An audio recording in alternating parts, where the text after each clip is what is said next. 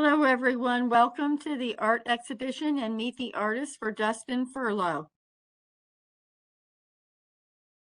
I'm your host, Sandy Hopkins, librarian at the Virginia Beach Public Library, and Robert Kennedy is our host. He's the volunteer art gallery coordinator for the Myra E. Oberndorf Central Library.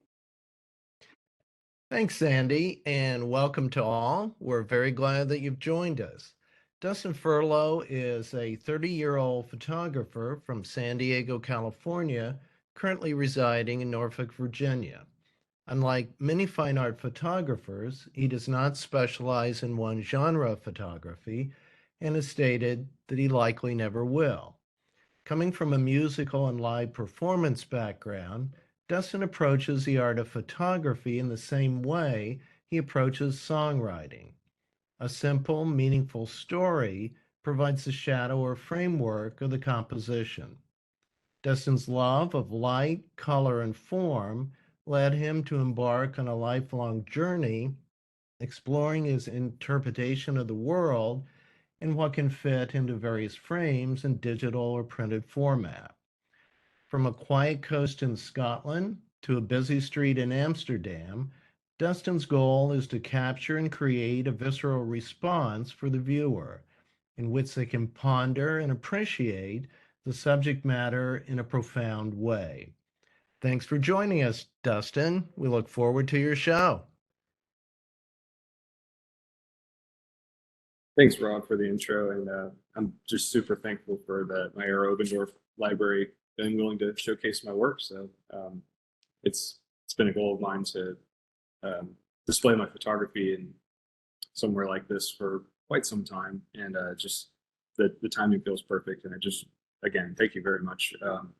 So I started photography in right about the beginning of the pandemic. I got my first camera actually to do video work for a guitar company, and then very quickly found out I enjoyed photography a lot more than video work. And so one of the things that originally drew me to photography was that my dad was a painter, and he was a really brilliant landscape artist, and I've always been drawn to nature and wildlife and just big wide open scenes, and so it kind of felt natural to me. I took a trip to Aruba, and I had the camera with me, and I was just sort of shooting standard auto mode and not really knowing what I was doing, but the bug bit really hard, and so it was sort of just a snowball effect from there. I didn't take it seriously actually for about 6 months because I was just enjoying myself, and so that brings us here. So I've been a musician since a little over 15 years, 10 years professionally. And I found out that there were so many parallels between working with the camera and working with an instrument or a microphone. And thankfully, because of those parallels, the way that I can approach it, there's almost like a groundwork that's already been laid out, and sort of a less is more sort of thing. And I don't tend to like really busy scenes or things that can really distract the viewer from the story. And so that's something that comes up a lot in my photography, is that I'm very interested in mostly shape or form, light, of course, because that's the main foundation of photography, and story. And so, for instance, this shot is here. Guitarist is known for them. I had seen the student here on the right. I had seen him, way long before this shot took place. Where I was with at the time, we were actually following him through the streets. We happened to be on the same route, and I saw this busker on the side of the road, and I knew that I had to get them in the same shot. So I put my camera actually in wildlife mode to where it would take a lot of photos in a short period of time. Sort of a burst is what they call it. And to sift through about 20 photos. And this was the first photo where I really fine-tuned this style. I do this in a lot of my shots where I desaturate everything except the subject, or subjects in this case. So this has been a shot that's sold a lot at the little pop-up shows I do. So yeah, music is something that I feel is it's like a sibling to photography at this point. Sound and light are very much, things that are very accessible and very easy to tell stories with. So it's just something that I think works really well. But that's sort of the foundation of what's led me here. Originally, in my childhood, I was really obsessed with wildlife and, just spending a lot of time outdoors. Thankfully, both of my parents were really nurturing in that respect. They took me out into wildlife a lot. And so when I borrowed this 200-600 lens from a friend, which is a proper wildlife lens. It's a lens that you can use to zoom in really close. Like, for instance, this shot was taken at 600 millimeters. And when I was in Aruba, I didn't have a lens like that, but I could still take photos of the wildlife that was there, which was really interesting. And of course, the beautiful landscapes. But, photos like this, they don't tell as much of a story as much as they show a form and how it's composed and sort of the nature of the background. To me, it can also create a story in the sense of you kind of wonder what's going on there. And there is actually a funny story about this shot in particular, the other white egret shots that I've printed at shows. Won't get into it here, but I always like to tell these stories about the subject and what led up to it, and the meet and greets that I did for these little pop-up galleries. So wildlife is definitely something that was sort of like a perk, like a bonus with photography when I got into it, because I realized I could experience it sort of in my own personal way, just an extension of the senses, if you will. Human portraiture is not something that originally I thought I would get into. I would say that I'm kind of an extroverted introvert, but more on the introvert side. Not uncommon for an artist for sure, but this is my best friend.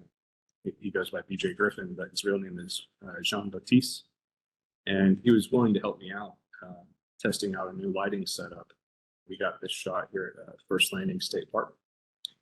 And it's done well at shows, and it's just one of my favorite. The light and everything, it really works for me. But aside from that, I've done about 60 headshots for the Vibe Creative District and the oceanfront. And so getting to know all these artists, they're for the Vibe District shoots, they were all local artists, whether it was muralists, musicians, graphic designers, stuff like that. So getting to know people in that sense, and I learned a lot about how to really capture their personality.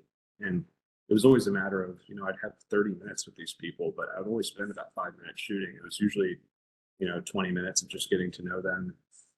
Then just, okay, I'm going to go grab my kit out of the bar. Are you ready? And then by the time, 20 minutes goes by, of course they're ready. It's a great little experience. I learned off-camera flash photography from a really great mentor out of Maryland. His name's Brian Zuckerman.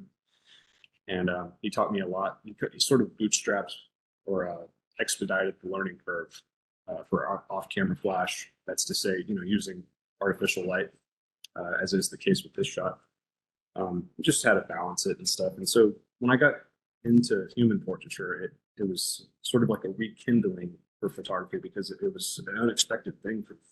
And now I really love it. I'm going to eventually start doing a lot more black and white photography going forward. It's just been something that I've kind of been waiting, to completely immerse myself in. Landscape photography was sort of other than wildlife photography, it was sort of my first initial inclination with photography, because like I said, I was in Aruba, and there's no shortage of really beautiful terrain there. And so it was just cool to sort of, I thought of it as portraiture of planet Earth. It's how can you fit shape and composition into a little 2x3 ratioed frame, such as here. This is a photo in Scotland that a luthier friend of mine, guitar maker, recommended that I go to. And the reason I love this shot so much is because it captures every element of the earth. There's stone. It's just, can't even fathom how old it is, how long it took to get this sort of structure here. And these caves were actually above ground. It's pretty neat. And so there's stone, there's vegetation, there's the ocean, there's the sky. I just love this shot a lot. I'll have this one, really big frame for the library show, of course. But yeah, landscape is to me, it's sort of a, how can I make interesting shapes out of what Earth has to offer? And that's always a fun, really, really fun thing. I'm going to Yosemite next week, so there's probably going to be at least one shot from there at the library in September. So, and street photography, that a lot of my first friends that I made through photography here in Norfolk, Virginia, were really into street photography, and I didn't quite get it because, again, I'm an introvert, and so a lot of times you have to be, willing to put yourself in a spot where somebody might see that you're pointing a camera at them. I don't do that very often. I do like sort of the aspect of capturing the fleeting moment, as you can read here. This shot in Amsterdam, there's no shortage of people, on bikes, obviously in Amsterdam. But I saw this mother and child from really, really far away across the canal, and I was like, okay, if I could see that the mother was laughing, and the child was kind of just throwing her arms in the air and like riding into the wind. And it's always windy in Amsterdam. There's never any days there, basically. So I was just really happy that I got this shot. It's not the sharpest photo, but that doesn't matter. I think any photographer worth their salt is not always concerned about sharpness. From what I've heard talking to really well-renowned photographers, sometimes it's as long as you can capture the energy and the essence of the scene, and that's why I love this photo so much. I probably sold more prints of this photo than any other. I think just because people see that energy there. But yeah, street photography is in my opinion, probably the most challenging genre of photography, but also the most rewarding, as is the case with this shot. So yeah, that's about it. Thanks very much, Dustin. That was really excellent. And I'm very impressed by the quality of your work. You have a great eye, beautiful skill composition, and a wonderful variety. Thank you. I was wondering if you could tell us a little bit more about the type of cameras that you use, the lens, and the other technical aspects. Yeah, so those are great questions. I learned on the Sony camera platform, and I've not really encountered any reason to switch. I have friends that shoot Canon, friends that shoot Fuji, and I don't think that the camera system itself is as important as the lenses that you use. Personally, I think the glass usually has a bigger impact. But with wildlife and movement, sometimes a better camera can come in handy. I shoot with the Sony A1, which is kind of their flagship at the moment. So really, really great investment. It's 50 megapixels, so it's good for landscape, but its autofocus is really good for movement too. So I just wanted a camera that I knew wouldn't be limiting. My backup is a A7 IV, which is sort of basically the same camera, just not as much detail, accuracy. Still really great. For sure. But I use pretty much every focal length I can. I have pretty much lenses that cover everything, from 14 millimeter to 600, well, actually 840 millimeter with the teleconverters. So I try not to be limited if I want to go out and really get something. Because a lot of the shooting I've done has been not local, as you can probably tell. A lot of it was in Europe, a lot of it was in Scotland. I go up in the mountains a lot. Like I'm going to Yosemite next week, like I said. So I try to bring everything that, I'll bring a 14 to 24 millimeter for the photographers, 24 to 70 millimeter, and a 70 to 200, and sometimes 100 to 400. And if I'm for sure going to be doing wildlife primarily, like birds in flight, or I want to get a mama bear and her cubs and not be close, I'll use 200 to 600 millimeter, that sort of thing. But I like I said, I use the Sony GM glass primarily. It's not cheap, but it is pretty much the best, and it's been a really great investment. But yeah, that's about it. I don't use filters unless I'm trying to capture motion and it's really bright outside. I'll use a filter to ND filter to darken it, so that way I can reduce the shutter speed. And that's more of a necessity thing. Like I really want the movement, but the conditions aren't right. It's too bright. So I use every now and then a demist, or not a demist, a pro mist filter. And what that does is bloom the highlights certain scenes like street light. If I don't want it to look sterile, I kind of want to give it sort of a humid or atmospheric look. I'll kind of use a pro mist filter, but nothing too crazy. Okay. Well, that was very helpful. And obviously, you are very knowledgeable about photography. And I think I think if I recall correctly, you said you started around the pandemic. So you've come up to speed very quickly. It's Are you mainly self-taught, or how did you learn all this? I learned a lot on through forums initially, and my reference point for that was as a guitarist and a songwriter. I always would go through acoustic guitar forum because I actually make friends through there and people that that's where kind of you not really weed out the amateurs or the people that are not accurate or whatever, but it's sort of where people that are really passionate and really wanting to be in the craft as much as they can, they usually end up on forums. And so I was really interested in that. So I took a off-camera flash photography and color grading course with this guy Brian Zuckerman, who I mentioned, and it wasn't cheap to learn with him, but it was really good to learn straight from somebody whose style I really liked. So I do recommend that for photographers that want to get to a certain place and have a good foundation. It's really good to learn one-on-one with somebody. He only taught me how to color grade and how to balance light and stuff artificially.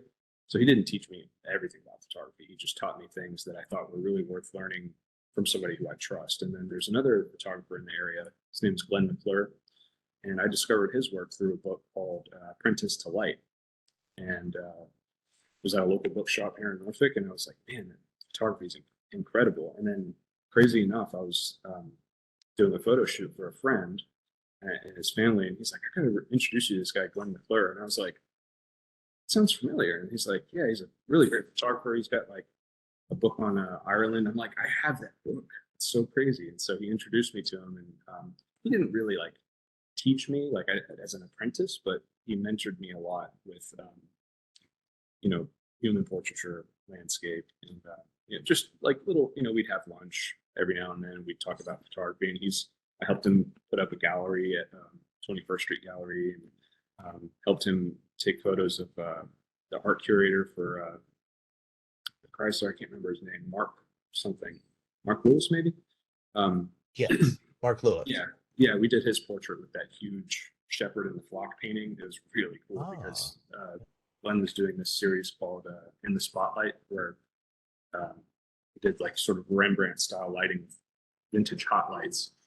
And so I assisted him with that and a few other things. So I got to see like a real master. And this guy's been doing photography twice as long as I've been alive almost. And it's just really, really, really cool to learn in that respect. And so he's somebody that's really inspired me along the way. His photography is incredible. And like me, he doesn't specialize in one thing. He loves landscape and human portraiture. He's got all these books on like shipyard workers and street photography in Norfolk and stuff like that. So it's really interesting. Anyway. Yeah, good. Yeah, and that's a great thing again about your photography, all these different subjects. Yeah. And I'm assuming, like many photographers, you take a lot of shots, or maybe not. I don't know. But when you're choosing, are you choosing primarily for composition? Does it vary, etc.? Yeah. So if I'm doing a human portraiture shoot, funny enough, when I did my shoot for Glenn, I was included in his in the Spotlight series, and I was kind of picking his brain about how those sessions usually go. And he'd take like 300 photos in the course of like 30 to 45 minutes, and then choose, of course, 2 or 3. That's a pretty big amount of photos to choose from. That's pretty crazy. There's like a lot of subtlety, of course. And but when you find the right one, it's very, very obvious. It's apparent because you're kind of like, oh wow, you get excited to start editing. And for me, usually if I have, like those artist headshot sessions I did for 5 District, which like really helped me sort of cut my teeth with the off-camera flash stuff. Those I would do probably about 50 photos in 10 minutes, just for reference, and then I would narrow it down to like 5 or 10. And, you know, I had like a pretty basic knowledge of how to pose people and how to, you know, get people to lighten up and sort of just, you know, really show themselves to the camera in a way. And there's usually a moment where you really know, okay, yeah, I'm glad I took all of those, because a lot of times it'll either be in the first, like, say if you're taking 50 photos, your keepers are usually in the first 5 or the last 5. Ah, Some okay. people tire out and some Right. people open up as their session goes That on. makes sense. Sure. Yeah, and it's funny because Glenn, he, I had that experience, and then I was having lunch with Glenn. He's like, you know, it's funny because I'll take like 300 shots, and there's several where like the first photo was the one, or like, Right. you know, it's so long story short, yeah. If I'm on, you know, street photography, you very rarely get to have a lot of opportunity, Right. and wildlife, of course. Sure. But with landscapes, I really take my time, Okay. because they're hopefully not going anywhere while I'm there. You know, Right. and then, so yeah, I usually do. It just depends on the genre. Yeah. How many Well, great. photos are And taken. it's a great eye of yours. Thank you. And when you print, are you printing on a particular type of surface, or do you use Mhm. various surfaces? Yeah, I usually just label it as archival ink. It's G-clay Mhm. printing style. It's a premium luster is what it's called. It's really nice because I was doing just plain gloss for a while. Mhm. I was been getting all my prints done at What Industries. It's over on 44th Street by ODU. Okay. And Damon Samuels, he does a lot of printing for artists, not just photographers. He's a great photographer himself, but he does a lot of printing for fine artists and photographers like myself. So I knew I could trust him, and he's been really great. So it's yeah. Sounds Mhm. good. Sounds good. Mhm. Well, do you have any advice for aspiring artists, or particularly aspiring photographers, whatever age they are? Um, this might sound kind of, you know, subjective, and to be sure, it really is. But one of the things that really changed photography for me was moving past a basic kit lens. And that's to say the lens that comes with the camera, which is not usually the most optically interesting or superior. I mean, you can get really great portraits with kit lenses. There are photographers that actually specifically use kit lenses. So this is why I'm saying it's subjective. They specifically use cheap lenses to create for their photography, uh, probably for a myriad of reasons. But for me, when I switched to a prime lens, they call it, it's a fixed focal length where it's optimized for um, one focal length. So I had a 28 to 70 millimeter kit lens that I learned on. When I bought a 35 millimeter 1.8, which is again a prime lens, and the aperture can go wider, so you can experiment with depth of field. When I got that, it was a total game changer for me, because for one, I could shoot in darker scenes without having to crank ISO and introduce grit and grain to my photos, which I don't like most of the time. And the image quality was about, I mean, it was really good on the kit lens, but on a prime lens, even a budget prime lens, it was like, wow, that really, I remember specifically, I started in June. I got a good prime lens in that December 2020. I remember it just like totally rekindled the love for photography. And after that, you know, it can be a money pit very quickly. Right. After that, I got an 85 millimeter, which is a proper uh, classic portrait lens focal length. And then after that, I started getting really high end primes like a 135 millimeter 1.8, which is one of Sony's sharpest lenses, period. And I love that lens. Some of my favorite images have been taken with it. So it, you know, I wouldn't call it as much advice as I would a suggestion to invest in really good glass, because it will, I mean, it's like playing a $500 guitar versus a Right. really fine handmade guitar, which is fine tuned to the way that you play. So same thing with the prime lens. So my suggestion is to, you know, if you really love photography, make make an investment in the quality of the glass, because it will heavily affect your image quality. Okay. Sounds good. Good Mhm. advice. Mhm. And Dustin, do you have any future plans? Anything you would like to do with your photography? Well, the thing I've been thinking of the most in the past 2 years, releasing a book called Sonder. And Sonder it's not in the dictionary. I don't think it's officially a word, but my sister had this tattoo that she got on her arm. It's spelled Sonder. And I asked her, I was like, what is that? She essentially said it's sort of the realization that every fleeting stranger you see on the street or in any public setting is going through their own complexities in life, and they all have just as deep of an experience as you do, even though to you they're just some random passerby. So it's kind of it's a very empathetic concept. And so what I realized when I started doing street photography is that it was a lot easier to photograph scenes where the subject's back was towards me.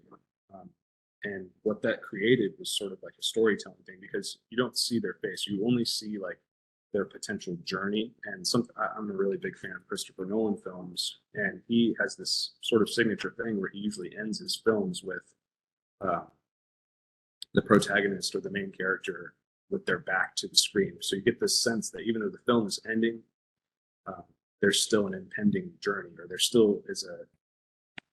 a continuation after the film is ended. And that was something that interested me because, well, for one, I'm an introvert. They didn't know I was taking the photo. So it creates this sort of ease of composition. I can take my time and compose the subject in the right manner. And so it's sort of this thing of like, I want to do a book called Sonder, where most of the subjects are in the state of a journey. Like you get a sense of it's just as much, it's sort of environmental portraiture, I guess is what you would have to label it.